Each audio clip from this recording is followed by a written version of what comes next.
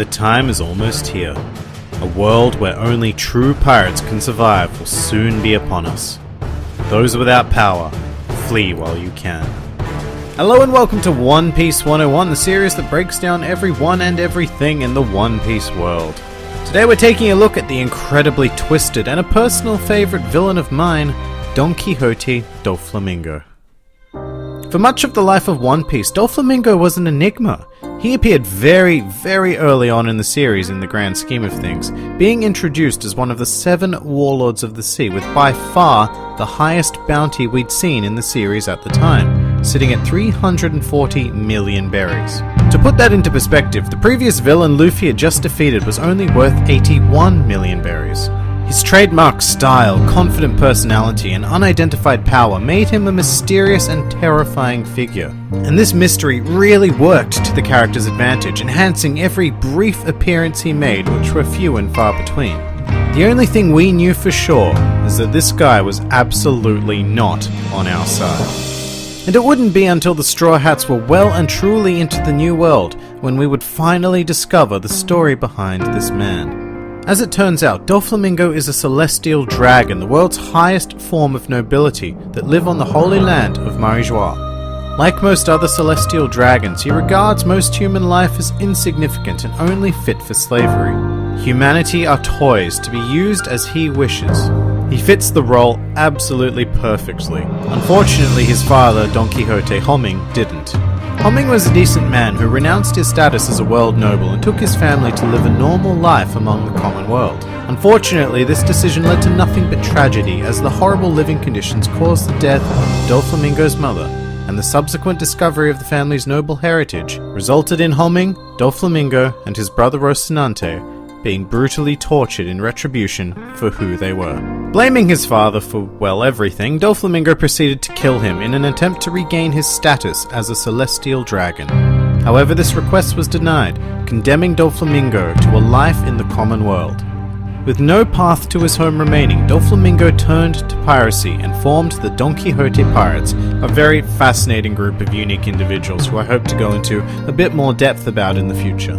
And at this point I should note that Homing would not be the last family member killed by Doflamingo. His brother Rocinante would go on to lead a double life as a marine, secretly working to stop the madness of his brother, while posing as a member of his future pirate crew.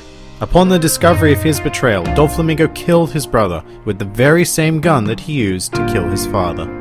This action would set his eventual defeat into motion via a young Trafalgar Law, but we'll get to that later.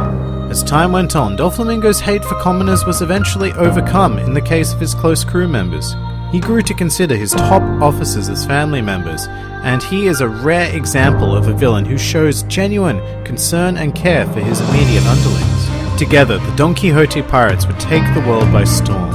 While they certainly didn't have the impact that, say, Goldie Roger, Whitebeard, or any of the 4 emperors had, the Don Quixote Pirates made themselves a permanent fixture of the New World, with Doflamingo himself becoming incredibly powerful, both physically and in terms of influence. In regards to raw ability, Doflamingo is a devil fruit user who ate the Ito Ito no Mi, or the string fruit. This ridiculous fruit is a paramecia type that gives the user the ability to generate and control razor-sharp strings. And if you're thinking, meh, that isn't all that good, then you're not thinking anywhere near as creatively as Doflamingo does. This man can use strings for just about anything. Of course, he can do the obvious and cut anything with his strings, but he can also use them to turn people into puppets, as well as attach strings to clouds in the air, allowing him to glide through the world in a very Spider-Man-like manner. And these are the reasonable powers. Getting into the realm of unreasonable power uses, he can use his strings to create an indestructible bird cage to trap and hunt his enemies. He can also repair damage inflicted on his internal organs by using the strings to stitch himself up. In fact, he can take this repair ability a much bigger step further and create an entire string clone of himself.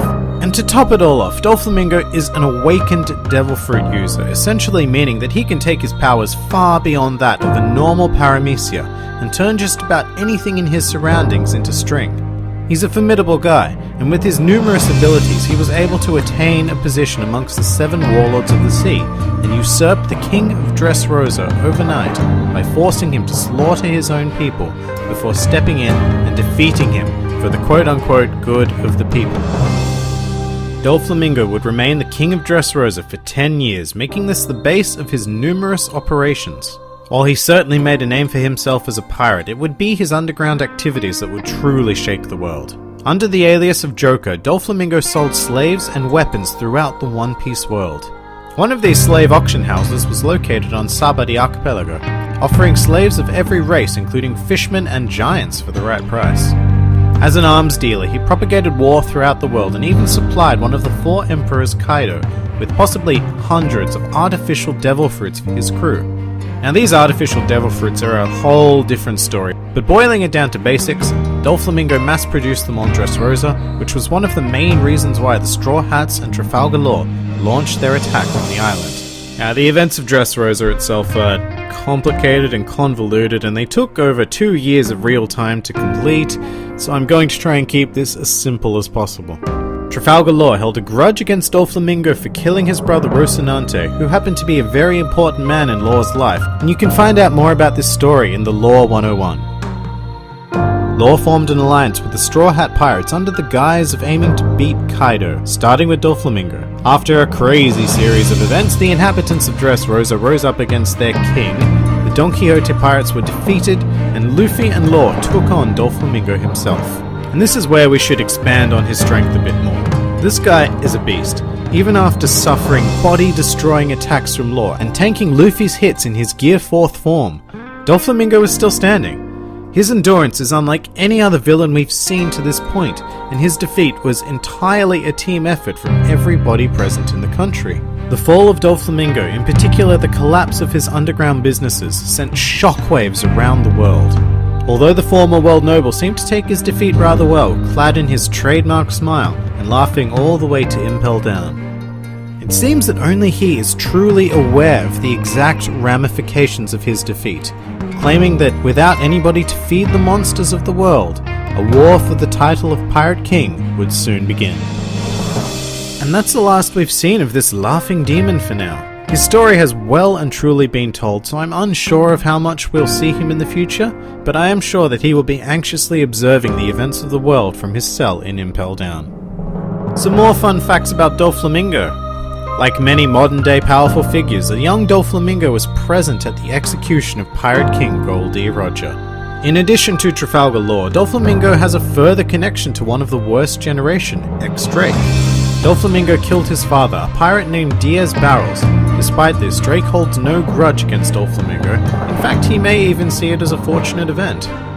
Doflamingo has shown that he can use both Conqueror's Haki and Armament Haki, but it's never reliably shown that he possesses Observation Haki. Given his strength, it's highly likely, but there is no conclusive evidence to show that this is the case. Doflamingo is the only canon-awakened Paramecia user mentioned in the series so far. Up until his revelation, the only known awakened Devil Fruit users were Zoan types. Doflamingo's Devil Fruit, the Ito Ito no Mi, currently holds the record for longest time between its first demonstration in the series and its explanation, sitting at 490 chapters, or 11 years of real-life time. And continuing with the record setting, Doflamingo is also the longest serving direct antagonist in the series, with the Punk Hazard and Dressrosa arcs lasting a combined total of 148 chapters, taking 3 years to complete. And finally, a truly useless fact: Doflamingo's left eye has never been seen, while his right eye has only been shown once in an extreme close-up. Otherwise, he wears sunglasses throughout the entire series, even when he gets taken to prison. And that'll do it for the ever-intriguing Doflamingo. If you enjoyed this video, please feel free to like, favorite, or subscribe, and please do comment with who, what, or where you'd like to see featured in the next One Piece 101.